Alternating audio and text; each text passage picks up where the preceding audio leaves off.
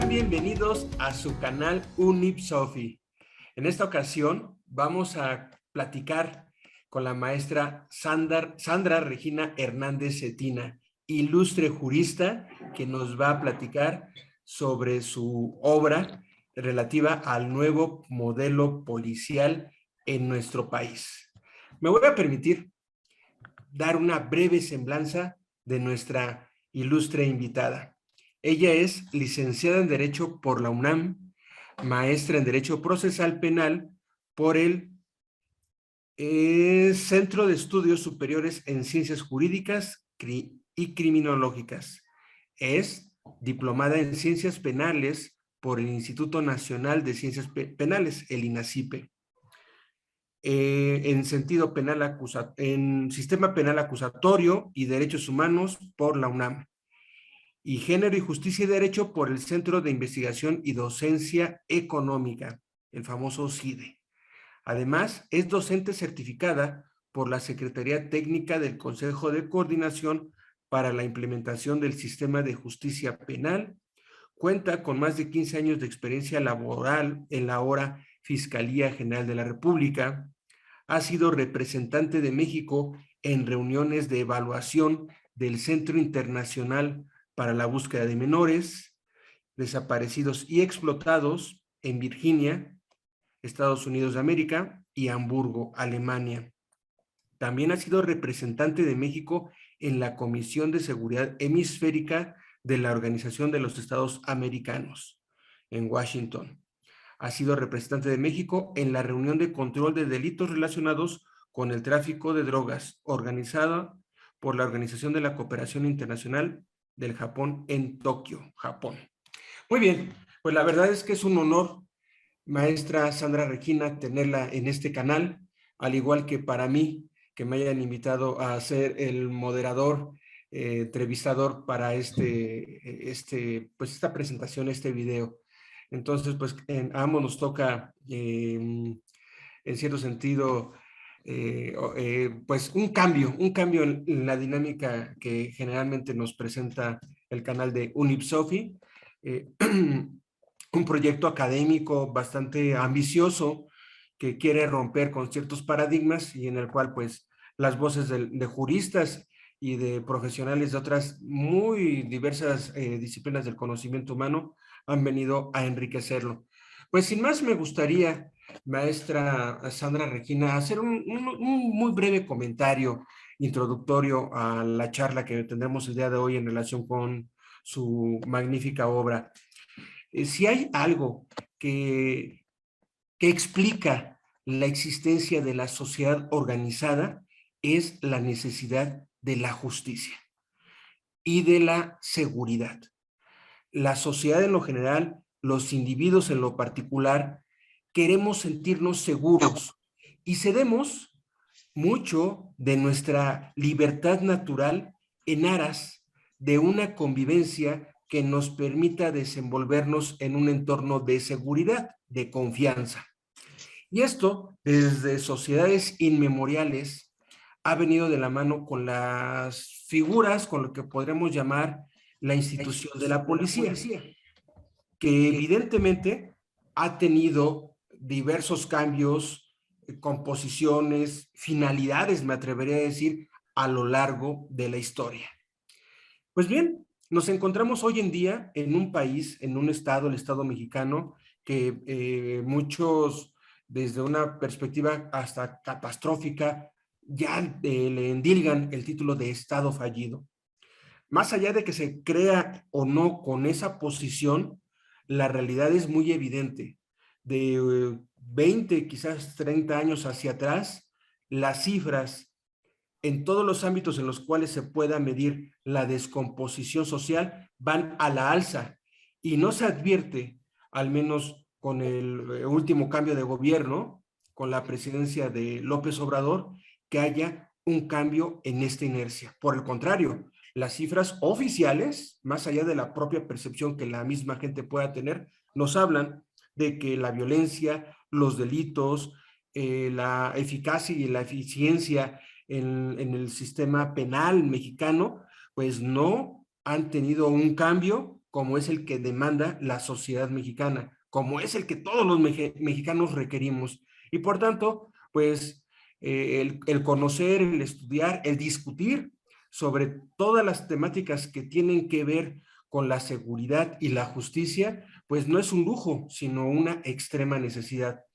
Considero que su obra de muy reciente publicación es hacia el año 2020 y que alude también a un esquema que ha buscado cambiar los paradigmas en torno a los cuales se ha desempeñado tanto la función policíaca en específico como el sistema de procuración de justicia en lo general, pues se supone en aras de resolver esta acendrada y lacerante demanda de la sociedad mexicana, que es sentirse segura. Las cosas no se ven con un panorama optimista, pero bueno, ya hay desde el marco constitucional y el marco legal cambios importantes. Y entonces, pues aquí es donde entra la necesidad de que desde la academia se explique para los operadores directos cómo funciona esa situación y pues para la sociedad en general conocer de mejor manera de qué trata este nuevo modelo, pues que le vamos a llamar, o que usted le denominó en su obra, nuevo modelo policial, que por supuesto desde mi perspectiva abarca más que la exclusiva función policíaca. Entonces yo le preguntaría en primer término, querida maestra Sandra Regina, ¿por qué el título? ¿A qué alude el título de su obra? ¿Qué tal? Buenas noches. Es un gusto para mí estar con ustedes en este proyecto, en estos trabajos que está haciendo Unisofi y por supuesto todavía más con tan afable y agradable interlocutor, claro está. Me gustó mucho la introducción, es muy buena y no es no es elogio, sino que de verdad de ahí partimos. Es decir, estas sociedades primitivas que podríamos pensarlas o naturalistas, como dirían algunos, tienen a cambiar o tienen una validez distinta cuando se dan estos pactos, estos contratos sociales, ¿no? Cuando decimos, bueno, pues es que ahora hay un ente superior que es el que va a organizar y va a garantizar distintas cuestiones, entre ellas principalmente pues la seguridad y la aplicación de las leyes y con ello la presunta obtención de justicia. Esto que mencionabas también en relación a las instituciones o a institucionalizar la policía es algo que no hemos logrado. Estamos al día de hoy, estamos en el año 2022 y después de todo ese tránsito, después de la Revolución Francesa hacia acá, no hemos logrado institucionalizar el poder fáctico, el poder agresivo del Estado para que entonces se convierta verdaderamente en un área de servicio a la sociedad y no en un área de vigilancia y de control. Seguimos todavía, o al menos las instituciones policiales que solamente tienen de institución el nombre, trabajando bajo la lógica del control social. Seguimos todavía, por lo menos en cuanto al servicio público, en ese sentido. Y desgraciadamente, si no nos instruimos, si los propios abogados, muchas de las ocasiones, no sabemos de dónde vienen las instituciones policiales, cómo fue que se separaron incluso de las Fuerzas Armadas. Es decir, toda esta evolución de los siglos y en el que hemos tratado de darle ese cáliz civil, de convertirlas en verdaderas instituciones civiles de servicio para la comunidad, para las personas, que sean garantes de los derechos humanos y no del poder político, no del poder fáctico, no de los ámbitos totalitarios o al servicio de otras cuestiones. Bueno, pues por eso estamos, así que por eso estamos perdidos, por eso estamos dando siempre vueltas. Eh, Pareciera a veces cuando hablamos de este tipo de cuestiones de policía, que hablamos de cosas obvias, que hablamos de cosas, bueno, pues es que eso se entiende, ¿no? Como lo decías bien hace rato, decir, bueno, es que no solamente se trata de policías, no solo se trata de la vigilancia en las calles o de perseguir el delito.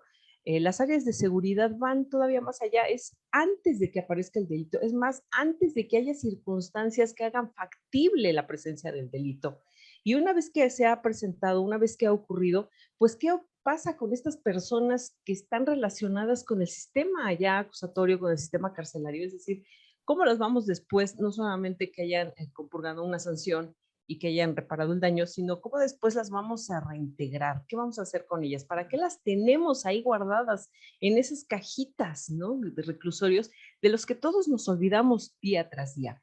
Bueno, pues las áreas de seguridad pública abarcan todo este abanico, insisto, desde mucho antes de que pueda aparecer el delito y hasta mucho después, cuando estamos tratando de reingresar a estas personas. Aquí el problema es, como bien también lo dijiste, a partir de 2008, con el cambio en el sistema penal acusatorio, que se dio un giro, por lo menos se intentó transformar la investigación del delito. En esta otra cuestión que también hemos querido hacerlo y que quizá estamos muy influidos por las series de televisión de otros países, de hacerlo científico, ¿no? Que tengamos, así como puedo sostener en mi mano mi teléfono, así pueda yo sostener en la mano la culpabilidad o la participación de alguien en un delito, ¿no? Hacerlo tan claro y evidente que no haya refutación alguna. No obstante que la historia y que el paso de los siglos nos han demostrado que no es factible en ese sentido, pero bueno, estamos en búsqueda de este perfeccionamiento de la investigación policial, derivado, insisto, de estas reformas de 2008 y complementadas con las reformas de 2011, que también lo mencionamos, esta cuestión del cumplimiento de los derechos humanos, del respeto a los derechos humanos. Y a partir de ahí es que se establece o giramos en torno a una imposición de un nuevo modelo. Es decir, la policía ya no es solamente un auxiliar, ahora la policía es un personaje central, es primerísimo actor. Ujú. Entonces, ese es un cambio principal, sobre todo para el resto de la gente, porque el policía siempre ha sido visto como el malo de la película, ¿no? Y ahora Ujú. resulta que es el personaje central y que es el que depende de la investigación de los delitos. Entonces, en aquella época yo recuerdo por ahí de 2010, 2012, se daba mucho esto de decir el cambio de chip, el cambio de chip. Eh, pues son palabras que quieren decir algo, pero que no se traducen muchas veces en acciones concretas, en Ujú. matices reales que, respecto a la conducta. Entonces, de ahí es de donde nace también esa inquietud para realizar el libro. Es decir, ¿qué es lo que tenemos que saber? ¿Cómo cambió? El libro también incluye un primer capítulo que precisamente habla de toda esta línea histórica. Ujú. Evidentemente, para aquellos que les agraden todos estos antecedentes y que, sobre todo en las facultades, muchas de las ocasiones no nos enseñan propiamente esta historia, ¿no? Ya, como que eso ya es un agregado de cada persona. Bueno, Así pues yo es. le quise agregar esta parte precisamente para que la gente o para quien lo lea entienda de dónde viene esta corporación de la que estamos hablando. Esta corporación es un brazo del Estado, Ujú.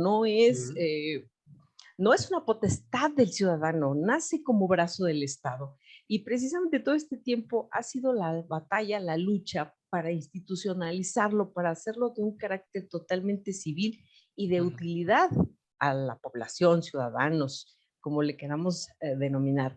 Entonces, esa es la idea del libro, es entender de qué estamos hablando, qué es la policía, a final de cuentas. Ahí viene también un capítulo bastante extenso respecto al Sistema Nacional de Seguridad Pública, que en muchas de las ocasiones a mí, por ejemplo, que me toca dar clase a nivel maestría, estos abogados que están tomando estas clases de maestría no saben qué es el Sistema Nacional de Seguridad Pública, cómo está compuesto, para qué sirve, con qué sirve de algo. Es decir, todas estas interrogantes que nos tendríamos que hacer todos los ciudadanos independientemente de nuestro rubro, de nuestra capacitación personal. ¿Por qué? Porque la seguridad, como bien lo dijiste, la queremos todos, todos la Ujú. buscamos. Es un Ujú. interés de todos, es un interés social, ese sí, pero siempre se lo dejamos al gobierno. Es cosa del gobierno y él lo tiene que asegurar. Y muchas de las ocasiones, como les digo, bueno, pues es que cuando no te lo asegura el gobierno, lo tenemos que hacer nosotros. Si no, no habrían ocurrido tantas revoluciones o tantos cambios a lo largo de la historia de la humanidad.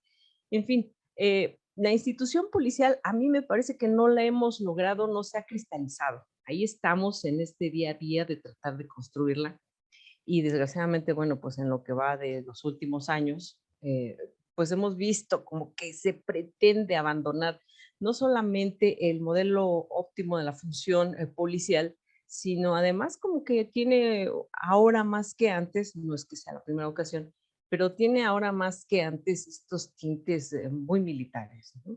Hace rato escuchaba que la Secretaría de Marina ya tomó parte también del Aeropuerto Internacional Benito Juárez, y ahora también la Marina va a estar directamente patrullando, vigilando, inspeccionando en el Aeropuerto Internacional Benito Juárez. Es decir, ya tenemos a la Policía Federal, después tuvimos a la Guardia Nacional, tenemos a la propia policía del aeropuerto, tenemos a los militares verdes, ahora ya también tenemos a la Marina ahí dentro. ¿Por qué? Aquí la pregunta es, ¿por qué? Nos transmites tanta información con una sola pregunta, querida Perdón. maestra Sandra Regina, nos da pie a muchos comentarios, pero Claro. tú tienes que ser la protagonista. Mejor tu interlocución nos va a llevar a hacerte otras varias preguntas, pero las voy a decir de golpe para que tú las vayas guiando conforme lo consideres oportuno. Lo primero y que me interesa mucho traer a colación es esta cuestión que nos hablas de esa búsqueda de llevar a la policía al ámbito civil. Formalmente, constitucionalmente, la policía es civil, pero bien sabemos que se criticaba mucho desde el sexenio de Felipe Calderón, cuando él declara la guerra a la industria del narco, digámoslo así.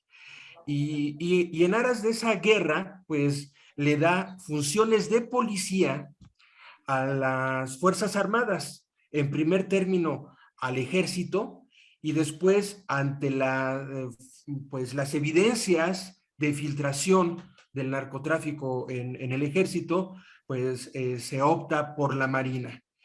Se convirtió en un eslogan de campaña el decir que no se iba a militarizar el país, o por el contrario, que se iba a como se diga.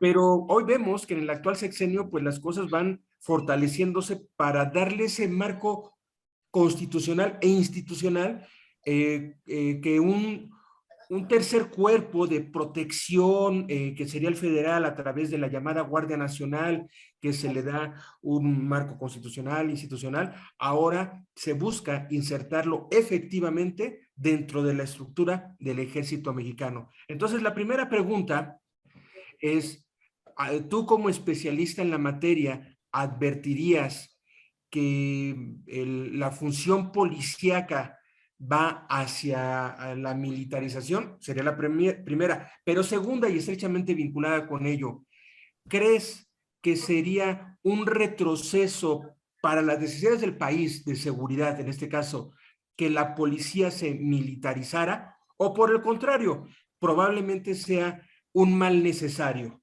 Tú como especialista, ¿qué opinarías al respecto? Y va la tercera pregunta, va la tercera pregunta. Lo esbozaste, pero creo que es algo que en algún momento nos ha pasado a muchos. Por un lado, la posición de que no necesariamente ante la presencia policíaca te sientes más seguro, por un lado, pero por otro lado, y lo más lamentable, es que seguramente sí hay muchos policías responsables, honestos, gente de bien, que desea hacer bien su trabajo y que se enfrenta, por un lado, pues a la verdadera delincuencia organizada o desorganizada, pero por otro lado, a la desconfianza de la población. ¿Tú crees que el material que has generado podría contribuir a la profesionalización de nuestros cuerpos policíacos? No, hombre, son, como bien lo dijiste, tres preguntas, pero ahí va toda la vida, como quien dice, ahí va toda la historia de la Oye, humanidad. si no las decía así, no me iba a dar oportunidad. No había otra manera, ¿no? De preguntarlo. Se tenía que decir y se Se dijo. tenía que decir. Sí, mira, es cierto que los sistemas puros no existen, lo sabemos. Es decir, no ha existido en ninguna parte un sistema de seguridad pública totalmente civil o uno totalmente militar. Eso, además, no lo digo yo, lo dicen muchos doctrinarios y teóricos de hace mucho tiempo. Entonces, esto de los sistemas puros sí es bastante complicado lograrlos, ¿no? Al contrario, casi siempre buscamos como que el término medio. Es una frase ahí bastante bastante utilizada, ¿no? Pero más allá de eso, más allá de suponer o de imaginar qué tan militarizados estamos o no, aquí me parece que tendríamos que ser un poco más utilitaristas en el sentido de ¿para qué queremos eso? ¿A dónde nos va a llevar y qué es lo que estamos construyendo? Efectivamente, con Felipe Calderón ocurrió esto porque él hizo pues una declaración en forma, ¿no? Se vistió de verde, es decir, eh, todo el lenguaje alrededor dijo más que propiamente la declaración o incluso la intervención de los militares. Si realmente lo vemos, fueron en determinados operativos o en determinados capturas, por así decirlo. Sin embargo, desde los años 60, el ejército ha intervenido o intervino de manera directa en cuestiones de seguridad nacional o de seguridad y paz social, la dichosa guerra sucia. Digo, hoy día ya es algo bastante abierto, se ha explicado mucho, se ha dicho mucho, y lo vimos en estados como Guerrero, Oaxaca, todos estos en donde a las guerrillas se les reprimió, pero directamente fue el ejército.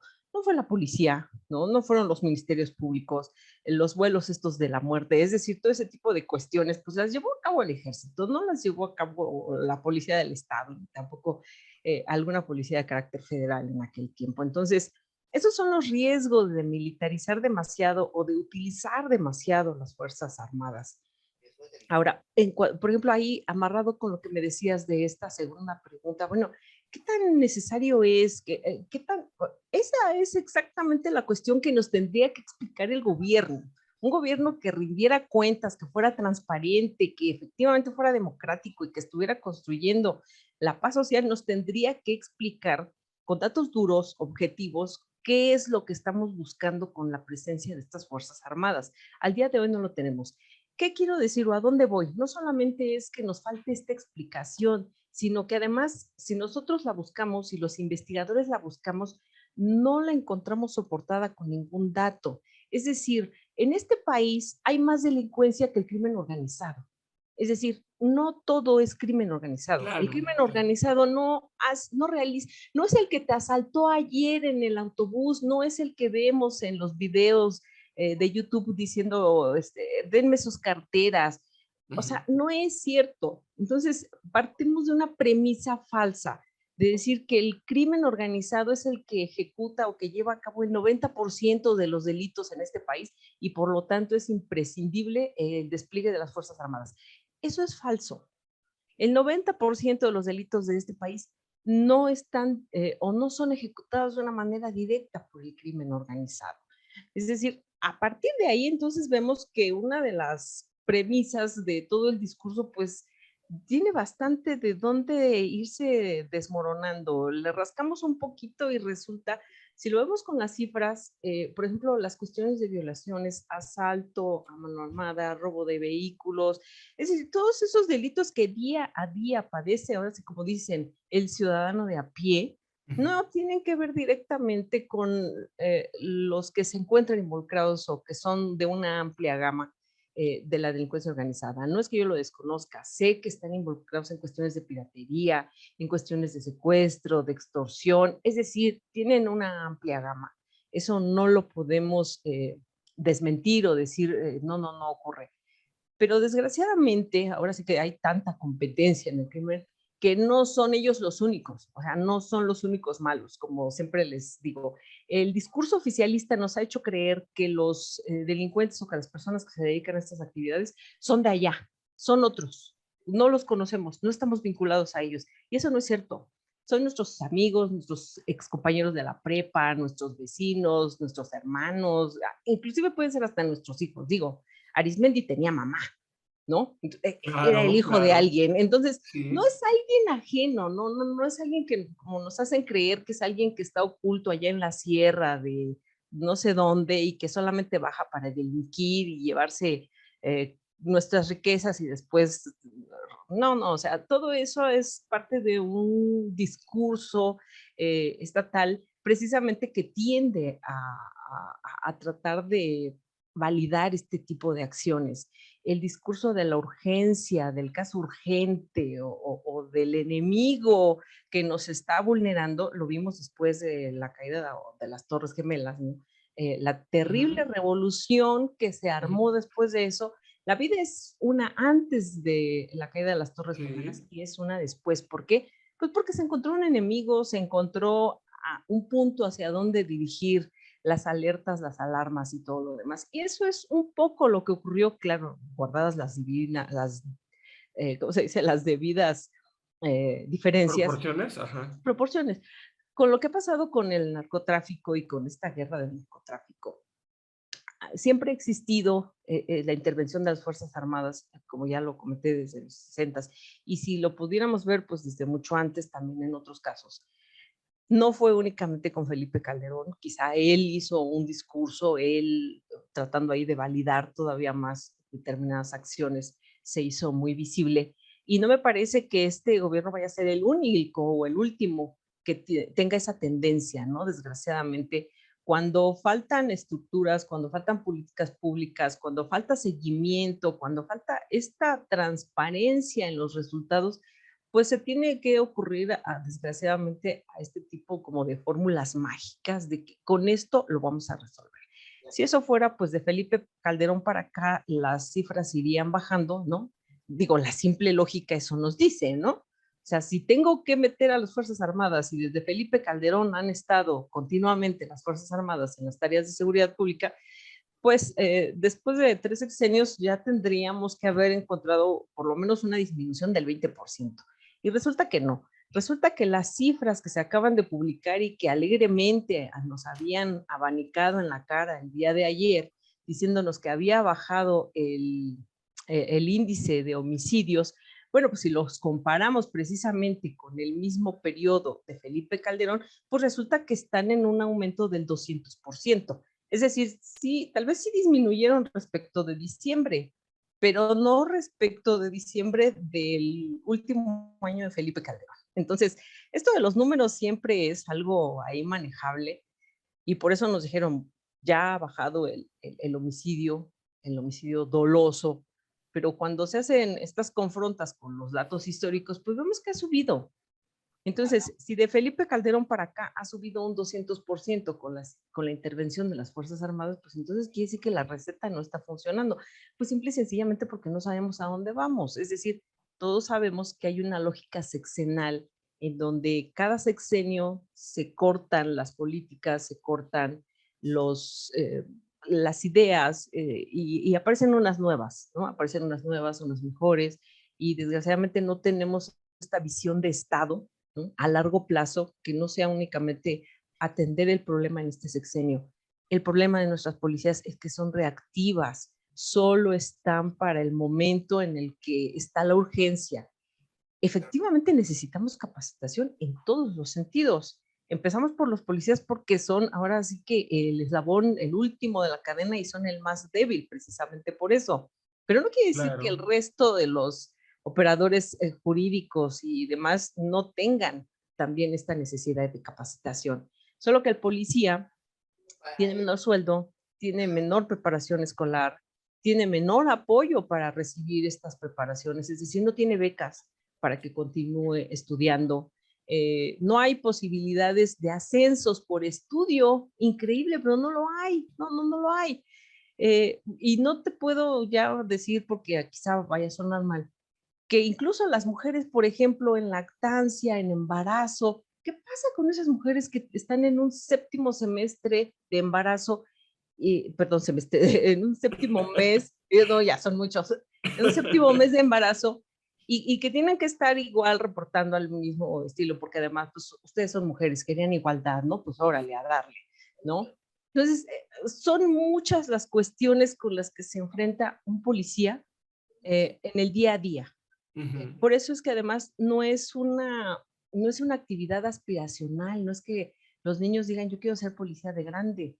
¿Por qué? Porque ser policía pues es algo malo, está mal visto, no vas a ganar bien, tienes que corromperte si quieres lograr algo y además de eso pues nunca vas a ascender, vas a ser siempre el policía de la patrulla y a lo mejor un día se enoja el superior, te quita la patrulla y ni a patrulla llegas. Entonces, no estoy romantizando ni problematizando, simplemente esos son los hechos que ocurren en el día a día. ¿Cómo le pedimos a una persona que sea profesional si no le damos ni oportunidades, ni sueldo, ni posibilidades de ser profesional?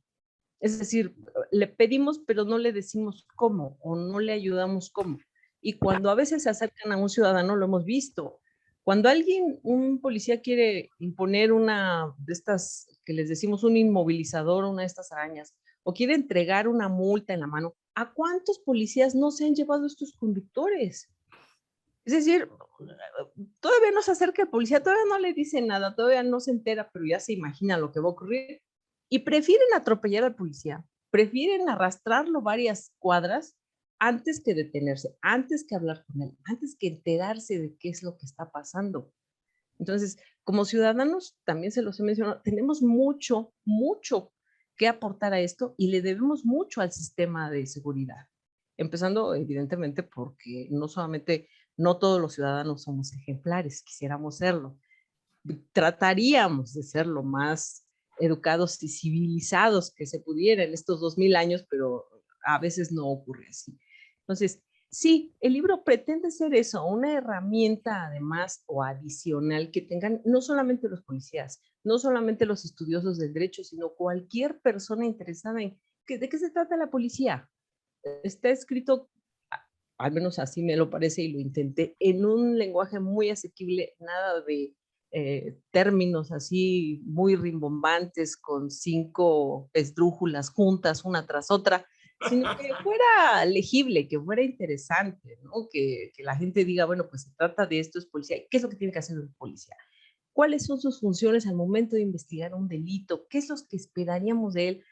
Y que se den cuenta de que esperamos tanto, tiene que atender víctimas, tiene que atender culpables, tiene que atender peticiones, tiene que atender investigaciones, tiene que atender multas, infracciones, servicio de guardia. Es decir, tiene que hacer tantas funciones, hay tantas áreas ya dedicadas al servicio de la policía que a ver si de esa manera somos más empáticos, más comprensivos en el sentido de que son personas que tienen mucho trabajo que hacer, pero que además lo tienen casi todo en contra. Insisto, no hay prestaciones, no hay apoyos, hay exigencias, claro que existen el cobro de cuotas por parte de los altos mandos. Es decir, seríamos ciegos o necios si no habláramos, si no lo entendiéramos, si no lo quisiéramos, pero sí es una enorme función trascendental para la vida de cualquier persona, porque el día que alguien lo asaltan y aunque le roben 10 pesos, ese día es el peor de su vida, ¿no?